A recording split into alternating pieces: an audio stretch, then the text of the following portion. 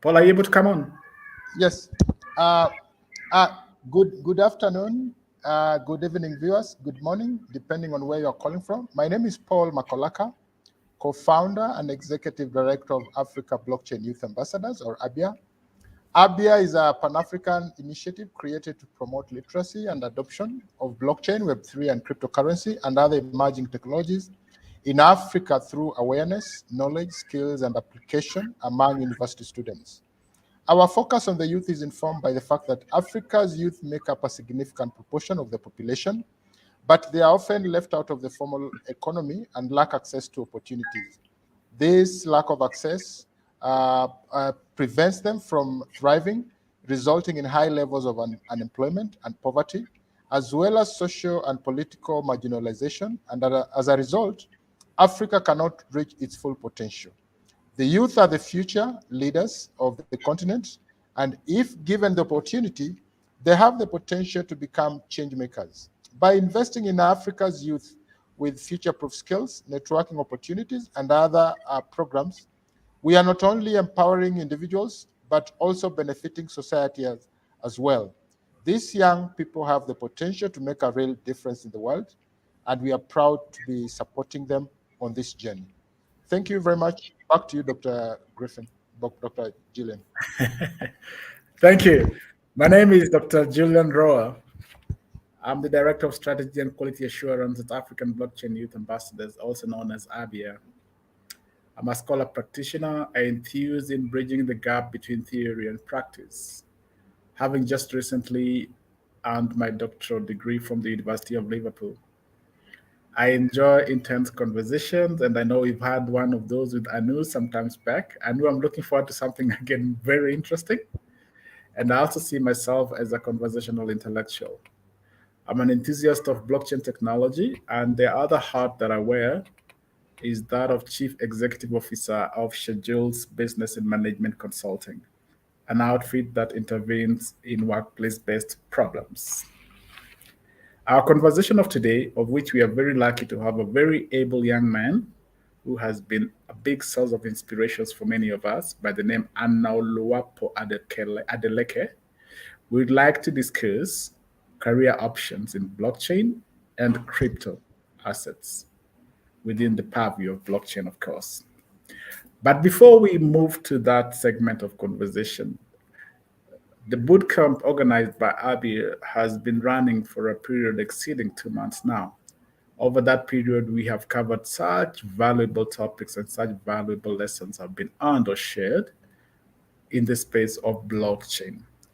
I'll again invite Paul to take just about 2 to 3 minutes to remind us what this journey has been like and what it is we've covered over this period, so that now when we go delving deeper into the question of career options, there's proper alignment on what we have been doing this far. Paul, over to you. Thank you very much, Dr. Gillian. And indeed, it has been a journey. We've covered quite a lot of things. We started with introduction to blockchain. We also looked at smart contracts. Then we went to crypto economics. We went to token economics. We went to Web3, dApps applications. We also looked at decentralized autonomous organizations. Then, of course, we looked at different legal frameworks and policy within the blockchain space. Then we delve deeper into what it means to to operate within digital entrepreneurship, where we looked at opportunities that are there, that are available for young people to be involved in. And then, of course, today we are looking at the last module, which is career options in blockchain and crypto assets. So this is very, very exciting. And specifically, we brought this module to as the last module of that entire program, so that once the students have been introduced to the various topics, then at this point, as the last module, it will be very interesting for them and very useful that now, even as they decide to pick any of the career paths that they may take, they are already, informed, they are well informed, they are well equipped with some of the knowledge that they may need to make informed decisions about their careers for those who want to venture into this space. Thank you very much, Dr. Julian. Back to you. Thank you so much, Paul. One more question to you, Paul. Do you Yes. think or do you believe we have created and generated enough knowledge, and that if we were to disseminate it, extrapolating on what we have done so far, do you see there being a very, very good platform for the young people to seize the opportunities using our material? Yes, I mean, we've generated quite elaborate material, and I can tell you, Dr. Julian, for a fact is that the material that we put out there that we have veiled to the students, it's one of the best in terms of the scope and the breadth of what we have been able to cover. Because for us, we believe in trying to look at every aspect of, so that we are not just looking at one area. We try to look at all these different issues and be able to bring them together.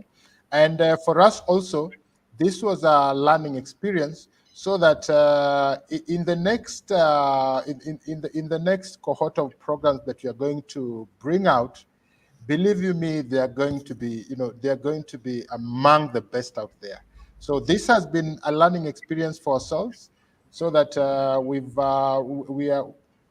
we are going to tweak and change a number of things here and there, so that we can just make the modules even much better, and be able to even structure them in a better way. Thank you. Back to you, Dr. Julian. Thank you so much, Paul. I thought that was very good as a preamble so that we can all attune those who are joining us now online and those who will be seeing this clip a while later. We are discussing career options in blockchain and crypto assets. Our very able guest is none other than Anuoluwapo Adeleke. By way of introduction, Anu Adeleke is our Comptious Security Plus certified as completed CTFs with Try Hack Me, Ethernaut, and Damn Vulnerable, including DeFi, and currently works with Quill Audit as a smart contract auditor. He began his career with Crypto TV, plus as a volunteer in 2022, then got into BTSE as a community manager shortly after. Anu, I'd like to invite you with utmost humility to our session of the day. How are you? Thank you so much for the introduction, Dr. Julian. I'm doing really fine, thank you. And where are you calling from? I live here in Benin City, actually, Nigeria. Okay, which part of Nigeria? Benin City, Edo State. Oh, okay, great. Nice to have you. You are ready Thank for us to you. start now? Sure. Yes, I am. Okay. I may Please have don't asked mind the you. background sounds, though. But can you hear me well? Yeah, I can. I can. Okay. So my first question will be a question I've asked you before, but in the interest of our viewers, Okay. I'll ask again. What do you do as a smart contract auditor? Okay. So a very short answer to that would be, I ensure that code does what it's expected to do. So if I were to elaborate, I would say, as a smart contract auditor, basically you have to check, confirm. Actually, it's more of a verification thing to ensure that code set up by the companies, the projects, the organizations perform the tasks that they intend for it to, without going or overstepping any boundaries that the technology cannot accommodate for currently. So basically, it's just watching out for for issues that could arise at a later time than now, and finding ways to mitigate these issues to to get as minimal faults as possible in the short term and long term. Thank you so much, Anu. So I'll ask a follow-up question to that. Okay. What does it take to be a smart contract auditor? Well, it won't take 15 years of training in school actually, Yeah. but it would require consistent consistent learning actually. It's a Uh, thing of uh actually all put together.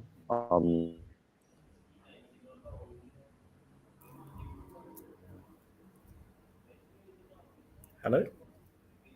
How they work, what they do, and then the next thing would be to niche down specifically into um, the nitty gritty of the thing. So basically, since it's blockchain based now, I would say you need to know what the technology actually is.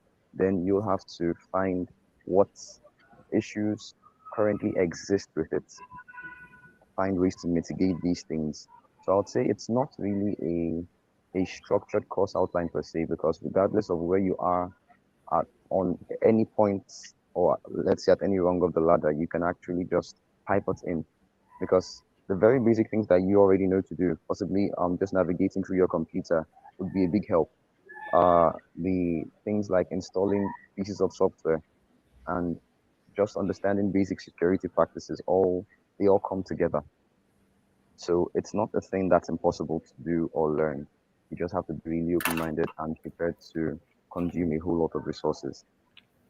Wow. Yeah, that's very, very well put. So I'd like to take you back memory lane Okay. and ask you again a very personal but general question. Tell us about your blockchain and or crypto career journey. Tell us what Okay. that journey has been like for you. Okay. So I actually did recount a little bit of this today. Uh, when I was speaking to a friend of mine that I haven't actually met physically, but we connected over the internet about 2 years ago when the whole journey began. So I got to meet him for the first time in person today, and it was really nice to connect. So Yeah. basically, it started off with seeing figures flying around. Yeah, I basically saw money moving all around, and I thought, how could this be possible? How could I make some of these funds come to me as well? So I'll say it was majorly from it's not a TV series per se, but it's an online series that was held every week called Crypto Roast by Crypto TV Plus. So they basically made it seem like a very achievable thing to be into crypto, to trade, invest, to research, and make profits that way. And there were a whole lot of giveaways. Thankfully, it was the bull season. So I'd say from there, I began to learn some more about the technology actually. It started with just the eye-popping figures, but then I got to find out that there's a lot more to the tech than the money actually. So there are a whole lot more use cases. There are a whole plethora of opportunities available. So from Crypto TV Plus, I'd say I looked into non-technical skills and jobs like community management, moderation, and finally found a niche here in blockchain security. So started off at Crypto TV Plus in 2019, 2020, attended a few events, connected to a few people, had a really strong network of persons who helped along the way. Then moved on to BTSE as a community manager still, but now with more trading experience. And then landed here at Quill Audits Yeah. just around middle of this year, yeah. Early second quarter into the third quarter of the year, and Okay. began working there full-time smart contract auditing. Interesting. Interesting. So I'm going to ask you again another question still on the personal side. Most of this will be very personal anyway. And this is a question this is also a question I'll throw to Paul so that he can also give us a counter narrative or a counter perspective. What did you say motivated your interest in blockchain? What did you say that was? maybe you have said it in your previous answer, but if you're to encapsulate it, what is what is what is that one thing that motivated your interest in blockchain? Well, I did mention earlier that the figures flying around were my biggest motivation at that time. But Yeah. I'll say what kept me in the space was the actual vastness of opportunities and things not yet known. I Yeah. do love to research, I love to study, so I'll say there was a lot to learn. And so I chose to stay because of that. Because right now we're in the bear season and there's a whole lot of uh no money flying around, no fancy figures anymore. But Yeah. choosing to build and stay here for the past year has been the best decision I made actually. So Okay. I'll say there's a whole lot more than just the money. And here Okay. also to be better positioned for the tech revolution that comes with it. Oh, very, very interesting. Very, very interesting. And Paul, I'd like to draw you into that part of the conversation. I know Okay. you've been very actively involved in the development of blockchain in this part of Africa. We can see your passion and the enthusiasm, but I would ask the same question that I did ask Anu. What motivated your interest in blockchain, Paul? Uh, so sometime in the year 2020, no, 2019, Yep. towards the end, while I was doing my MSc in financial engineering, one of the last units that we did, we were introduced to, digital technologies. And when you are introduced to these digital technologies, one of the things that we were introduced to was blockchain. So initially, my plan was that once I finish my master's, I was planning to, to look for opportunity in Europe and probably North America, because that is where I thought that probably, my skills would be best put to use. So when I came across blockchain, and when I saw the kind of possibilities that it had, that was a wow moment for me. So I immediately I shelved all my initial ambitions to actually practice financial engineering. And I said to myself that, look, uh, this is what I've been waiting for. So I got immersed into this technology. And after I finished my master's in early 2000, I said that, look, I needed to get a place where I could, start getting some experience in the space. And for me, the kind of experience that I was looking for was not like trading and such kind of stuff. I was more into the development bit of it, the policy bit of it. So I came across an organization through LinkedIn called Blockchain and Climate Institute. And when I saw what they were doing, trying to use emerging technologies like blockchain to accelerate climate action, well, that was very interesting for me. And I thought, look, I mean, this is it for me. So I reached out to the director general then. We had a conversation. Uh, they took me through an interview, which went well, and they took me in as a research officer. So what that meant is that we were involved. I was involved in projects that enabled me to interact with people, with experts who have already gone ahead in terms of this field, because I've interacted with people who have done their PhD in cryptography, people who have done PhD in cybersecurity, in computer science, and so for me, I really wanted that kind of experience to really bring me up to speed in terms of the things that I wanted to learn. And I can say that so far so good. I can say that for me, blockchain is not yet, bringing in the money, but for me, I'm into this for the long term. I'm into this for the long haul. And for me, the only comparable technology that I would compare with blockchain is the internet. And we all know the kind of transformative change that internet has, has brought to the world. Because, like 10 years ago, 10 or 20 years ago, organizations that were skeptical about internet, that did not embrace internet, actually a lot of them were put out of business. And we all know, if you check the top 10 largest companies in the world by market capitalization, you will be shocked that at least 4 of them are technology companies. Back to you, Dr. Julian. Thank you. That's very, very interesting, and thank you for sharing with us that insight. So I go back to our guest Abu, and this is my next engagement. What would you say has been the biggest challenge in pursuit of your aspiration? There'll always be challenges, there'll always be difficulties, you'll encounter problems. So if you're to advise somebody else, what would you say have been some of your biggest challenges trying to grow into the person you are today, Abu?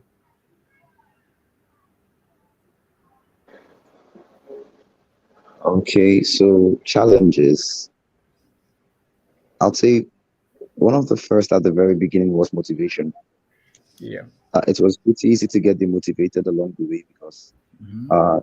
basically, if you're doing this without a mentor or a guide, something or someone who's there to constantly push, then you most likely would stop midway. Yeah. So I was able to overcome that by getting into communities. Actually, communities were the biggest help for me. So communities, getting into communities of people, and that helped to reduce the motivation Yeah. to a great extent. Okay, another challenge was let's say resources. They were not always in the places you'd expect them to be. Yeah. Sometimes snippets of code that would solve bugs for weeks would be found in just a person's comment on Stack Overflow. So Yeah. it's not just all compiled in one place. It takes a lot of work to find these things and use them. Yeah. Then the last, I would say, would have been a challenge if there wasn't some help by the side. But that, I would say, would be funding. So doing this research, uh, being well positioned, all of this, attending events, even being connected to the internet, all of this happens only if there is at least some form of support in a sense financially. So yes, that also would be a challenge in some Oh, cases. okay, great. So Abu, you're clearly very good at what you do. You're in a very good space right now when you're talking about smart contracting and blockchain. And if I'm repeating myself, just indulge me. But I would ask the question. So, how do you say? What did you do to develop yourself? Did you go to a college? Did you subscribe to a journal? What did you do to develop yourself to the level you are at now?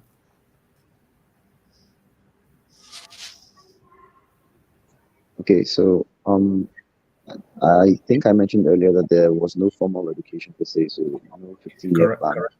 Yeah. So I'll say I listened. Mhm. I listened. So there is a pull and push, a constant ebb and flow of the tides, and just choosing to listen to the direction of the markets, choosing to listen to I'll say possible shifts in momentum were the Mhm. biggest help I had. So initially, I was a trader, or rather, I still do trade actively. So I was heavily involved in forex and crypto trading for about 2 3 years when I just got into uni. Still in uni actually. I actually just finished from a class to get on this call. But yeah, for 2 3 years it basically was learning to trade the financial markets, and that was my entry into the crypto blockchain space, trading actually. But along the line, as I said, I listened, I prayed, I did have a lot of direction, thankfully from God and the people around me. Yeah. So that's helped to narrow down options Okay. a whole lot. So from that, chose to take interest in specific things. Actually, after being exposed to everything I knew at the time about the blockchain, chose to narrow down, get into security. So began with cybersecurity, got the certification from CompTIA, and then chose to delve into the blockchain side of things because that's where my focus had been for the past year or two. Yeah. So that's, I would say, is it's what I did or what help I had. Oh, great. Very, very, very well put. I've learned something new. The art of listening. Listening to those around you, listening to the market, and sometimes listening to your gut. So I think you put that extremely well. So tell us, what are the career options available in blockchain and crypto? If you were to just mention a few, what career options from where you sit? What do you see as career options? Okay, so from where I sit, that would be a laboratory stool. But actually, I'll say there are opportunities available both on the technical and on the non-technical side. So not everyone eventually would write smart contracts and code. Yeah, Initially, I did not intend to be a developer. I didn't know that auditing would involve development per se. yeah, But something I used to say a lot is, I don't think I ever want to code because it looks so stressful. Aside the fancy workstations that they set up, hopefully I get one soon too. But it did look like a lot of work.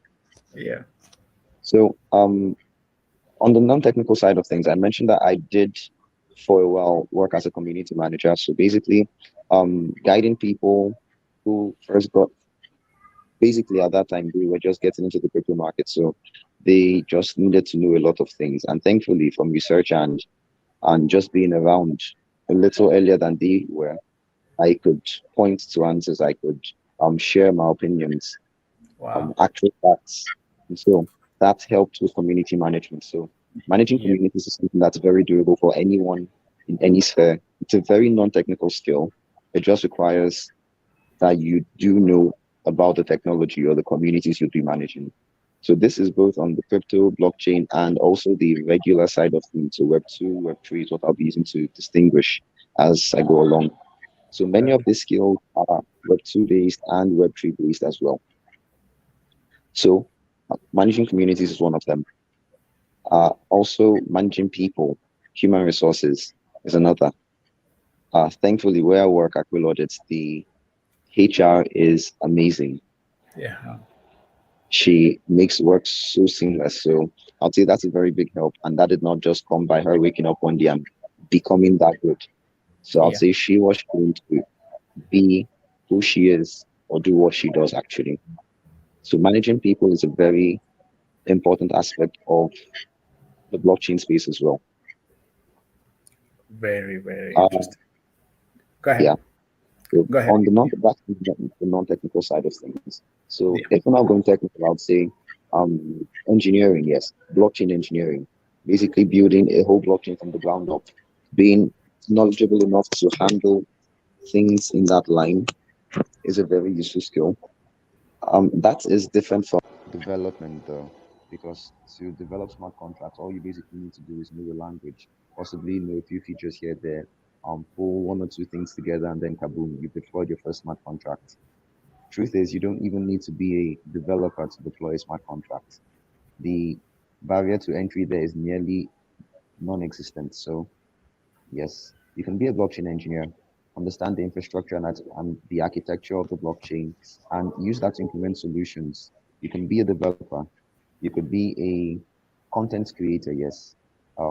At my school's blockchain campus here, we have a team of content creators, graphic designers, product designers as well. So these are basically technical skills that can be brought as well onto the blockchain side of things.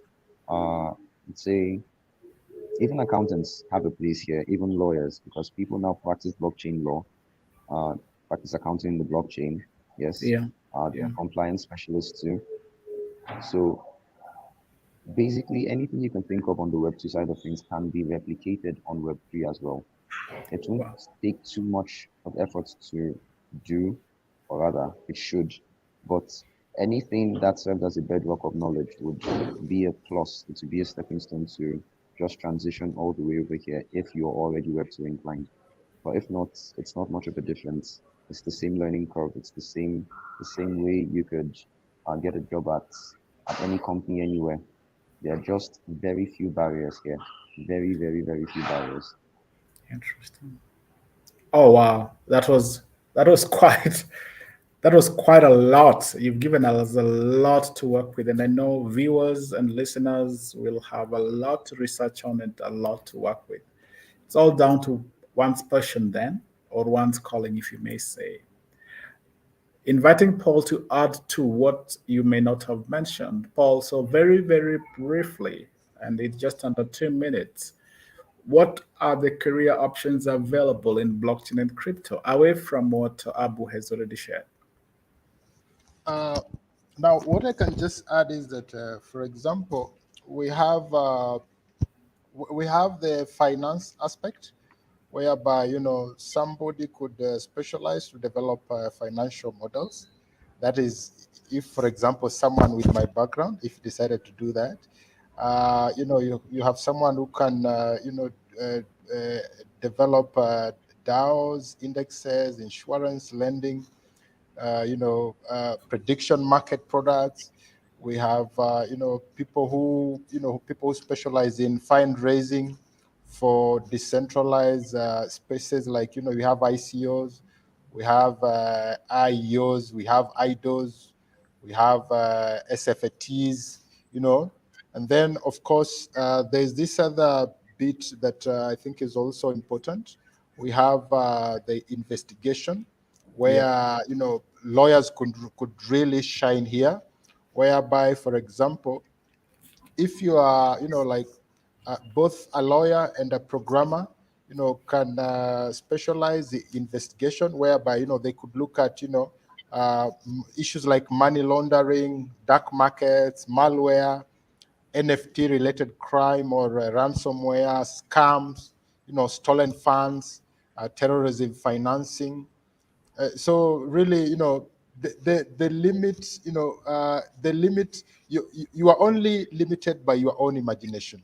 So basically, anyone can thrive in this space. Like, for example, if somebody is if somebody has a basic programming, has been developing applications in the traditional world, they can easily come into this space and blend, you know, develop, applications, because, once a programmer, you're always a programmer. And then, of course, we have also user experience and user design specialist. These are guys now who especially look at, the interfaces of applications, on how, how well they can be designed and all that. So, because you see, again, the underlying technology just runs, at the back end. It does not interact anywhere with the user.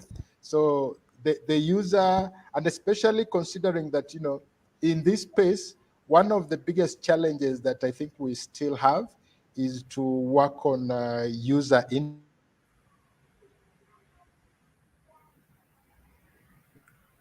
hello.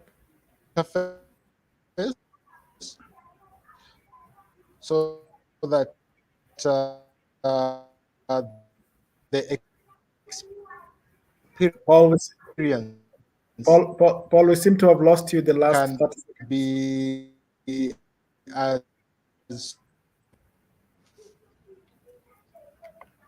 Hello, Paul. back to you, Dr. Dylan. Okay, we lost you the last 30 seconds, the last 20 Oh, seconds or so. sorry. I Okay, think my would you like to repeat what you just said, or we just move on? no, I can repeat if you want. Yeah, the last 2 or 3 lines, I think we didn't get that.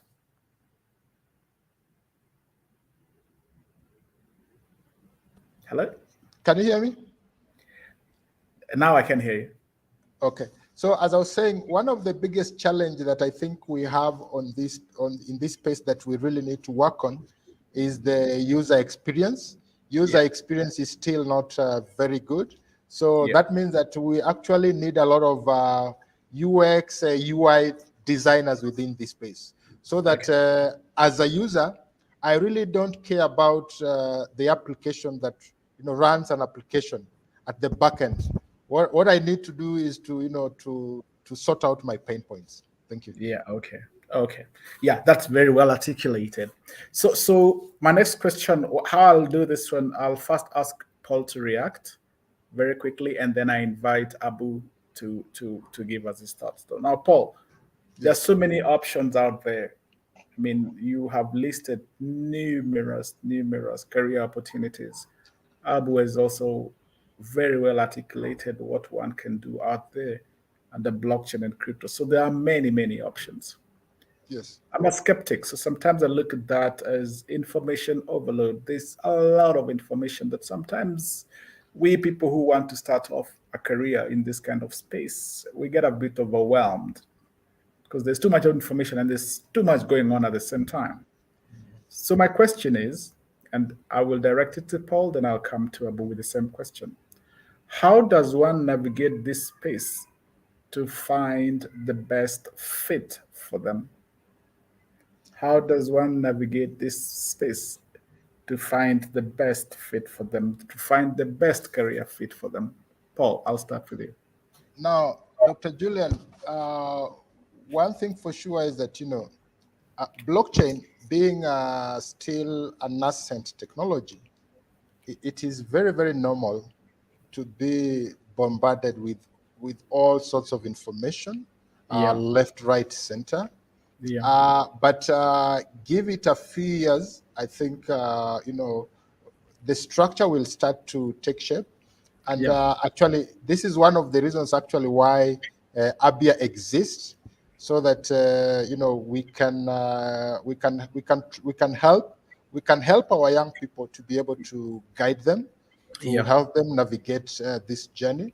And even as Anu already alluded earlier, in terms of getting information, because by the fact that it's still a nascent technology, getting the information itself is still very difficult. You really have to to search and search hard. So I think with what is happening, this is very normal, Dr. Julian. But I know with time, we'll keep on getting better and better at it. And especially given that, the work that ABYA and other organizations are doing, and as even more organizations come into the space to do their bit, I think we'll keep on getting better at it. Oh, that is very well articulated. And I'm going to push the same also to Abu. Many options out there, information overload. We hardly know. Have I lost Abu? Well, I think I've lost. Oh, he's back. Yeah. So Abu, I'm throwing this question to you. The same question. Many options, information overload. How does one navigate this space to find the best fitting career path?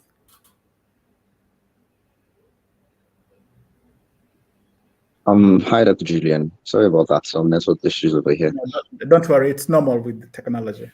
So go ahead. All right. So, navigating the space. Well, that would be a little hard to place for, I don't know, 1,000, 2,000 people that may listen to this at some point. But okay, I'll take this. The greatest help I had was the supernatural, actually, trusting God. The greatest help I had was literally just from that, being able to sit and listen. So I'll say exposure would help. So at the very best, do not limit yourself to just one section of things when you're actually beginning. Start intending to cover as much as possible, intending to know the full scope of things, and then find what interests you. Yeah. When you do find that interest, find what you could do to make it possible. If you are interested in climate change, for example, like Paul is, you could find out what exactly would be a driver there. Yeah. Would I need to build a blockchain to get this done? After building the blockchain, would all my work cease? Hmm. So it's majorly a thing of purpose. Do you want to be able to work in nearly any company, any firm? Then get a top demand skill. Hmm. Paul spoke about something really, really key, and that's the user experience. On many Yeah. of these platforms, it's still pretty not what you'd expect. Yeah. So if you want to work on getting more people onboarded into the space, you Yeah. actually could make a living just educating people about it. You could Okay. learn a lot, research, just so you can be a voice in the space. Okay. A voice. Okay. Wow. You've put that very, very, very well.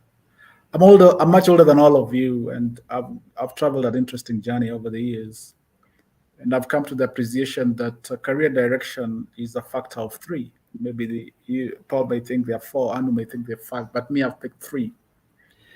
Our career direction can be informed or can be a result of our passion. You're passionate about something, so you take it up as the work you want to do. It could also be circumstantial. You had no choice. This was the only thing available for you. Circumstantial career options are becoming less and less with a youthful population that is becoming very savvy. But yes, some of us did our jobs because it was circumstantial. And then there are those of us who can do jobs not because we so much like them, but because market survey tells us that that is where we should be. So my question then to Abu, I'll start with you, Abu. Is market survey a factor? Traditionally, in careers, market survey would be a factor. In this space of tech, blockchain, and crypto, is market survey a factor to choosing career direction?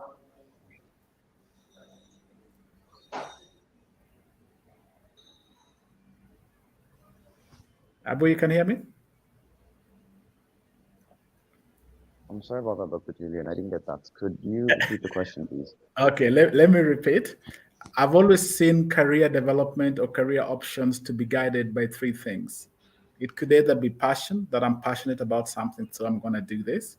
It could be circumstantial, meaning I had no choice. I needed a job, and this is what I have, so I'm going to do this. And it could also be informed by market survey. There are some of us who have done things we didn't like so much, but the market dictated that gave us a very good opportunity. So that the question I'm asking, within the blockchain space and crypto, would market survey be a factor in deciding the career you want to take? Anu, could you To unmute your that, microphone? I'll say, yeah, to that, I'll say a yes. Because eventually you won't want to spend your time learning a piece of tech that would possibly not be used anymore in 2 to 3 weeks. Take, Correct. for example, there were a few test nets that were deprecated just about a month or so ago. So Yeah. no longer would we be using Ropsten, but now we all have to use Goerli.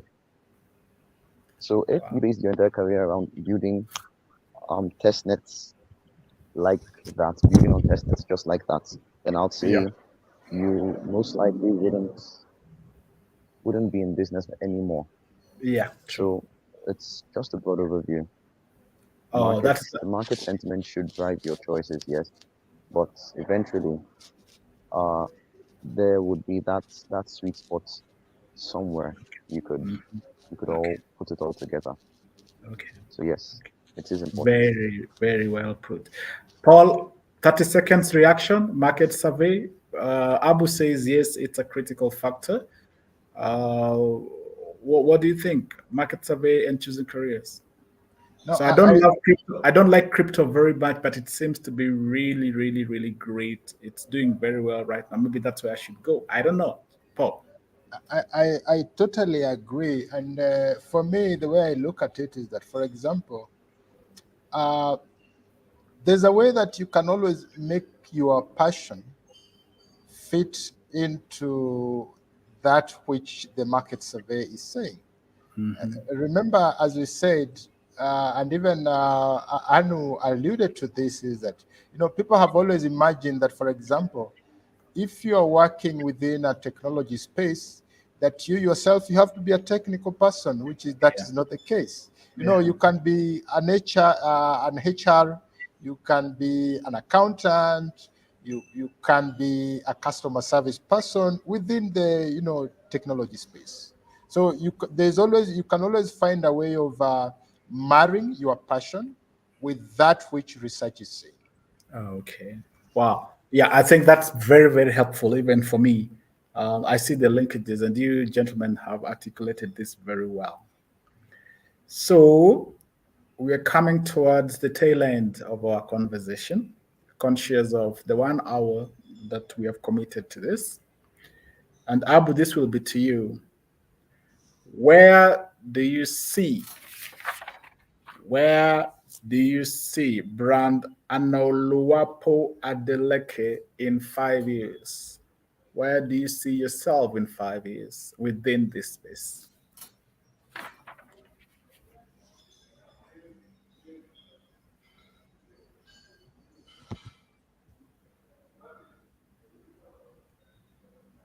Anna, you can hear me?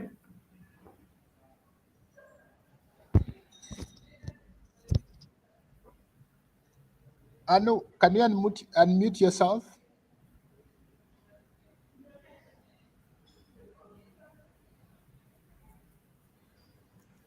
Have we lost him? No, he's still here. So, Anu, can you hear me? Because we can't hear you. You're muted.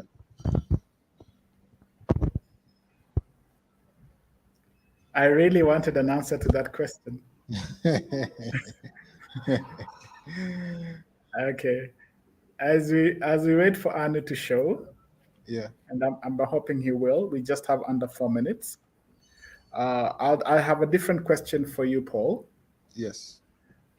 What is your advice to the young, and what resources can you direct them to in the question of their career development?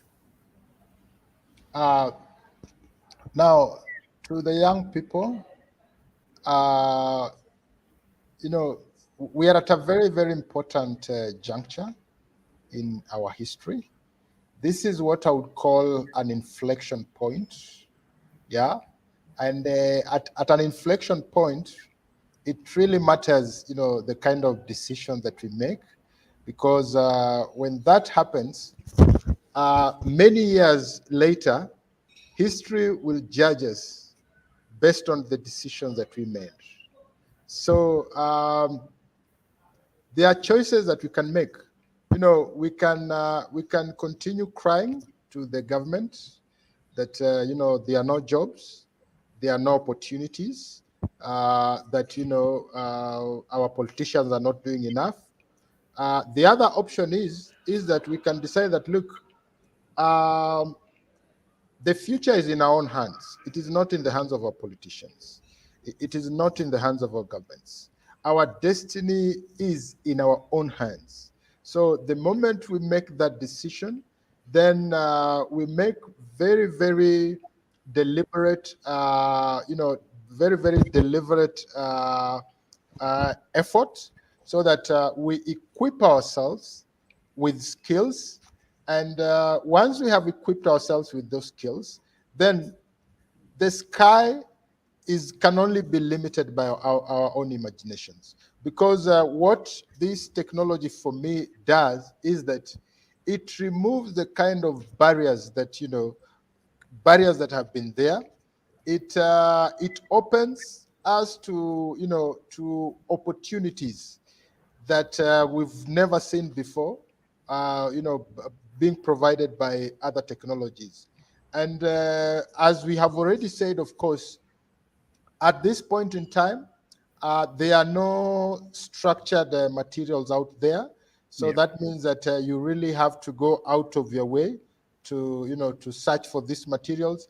That means that you really have to invest in a lot of reading, in listening to, videos online, and also, of course, ABYA is here to help you in that journey. So really, your destiny is in your hands. Thank you. Back to you, Dr. Gillian. Thank you so much, Paul. And believing Anu is back. Sorry for the technical challenge, Anu. I believe you're back, are you? Yes, I am. Apologies Yeah. again. No, don't Think worry. So I'll ask nearly you. nearing end of life. This is normal in tech space, so don't feel any pressure. My last question to you, which I had asked earlier, but you are offline, is the Okay. brand, the brand Anoluapo Adeleke. Where do you see yourself in 5 years in the space of blockchain and crypto? Where do you see yourself in 5 years? Okay. Um. So that's something I'm very open to redefining along the way, Yeah, because I've come to see that there's a goal, yes, but a few things could happen along the way, not to get sidetracked, but to add to uh, not entirely reinvent the wheel, but make sure to be better at it. So I'll say in 5 years, I want to still be very actively pushing learning in this okay, space. okay, Yeah, in 5 years, I want to have contributed more to research and probably safeguarded more than $20 billion worth of funds uh-huh. in audits. Yeah. So I want to get better at what I do, majorly Okay, security, because security is an aspect of things I believe uh, interesting. would need to be taken really seriously as the years go by. Perhaps the Interesting. exploits that are happening now are just going to be the tip of the iceberg if we, by any chance, continue to implement this technology, especially with finance. Amazing. So yes, security, I'll say, would be my field of interest. But generally, I'll be building with the tech. Amazing. So let's see where the tech takes us. Amazing. Ladies and gentlemen, our viewers, there you have it. A very interesting and intense conversation with Anu and our very own Paul, who also helped us in counter argument or expanding this conversation. We come to the end of our session for today. Again, thanking Anu so much for finding the time. Our apologies for the intermittent, up and down of your link on the other side. But we are so delighted to have had you and for you to have poured and shared with us to the extent that you have. I will leave the last word to Paul, but I can assure you, Anu, I have personally learned a lot from you. Way older than you, but I've picked up very, very valuable lessons in a space that I'm beginning to gain a lot of interest. Thank you so much. Paul, over Uh, to you. Thank you very much, Dr. Gillian. This indeed has been a wonderful, wonderful conversation. As a student of lifelong learning, I've learned a lot myself. And for me, I'm always picking something new. I've picked something from Dr. Julian. I've Yeah, picked something from Anu. And I hope our viewers also have done the same, or even if they watch the video in future, they'll feel the same way. To all our viewers, thank you very much for joining us to be part of this conversation. Anu, I cannot thank you enough for sacrificing your time to be with us and to share with us the knowledge that you have. Everyone, until we see you on Thursday again. Thursday will be our last online live discussion in this series, and I hope to see all of you on Thursday. Depending on where you are calling from, good evening, good afternoon, good morning. Until we meet again, bye for now. Thank okay, you. bye. Thank you so much. Bye.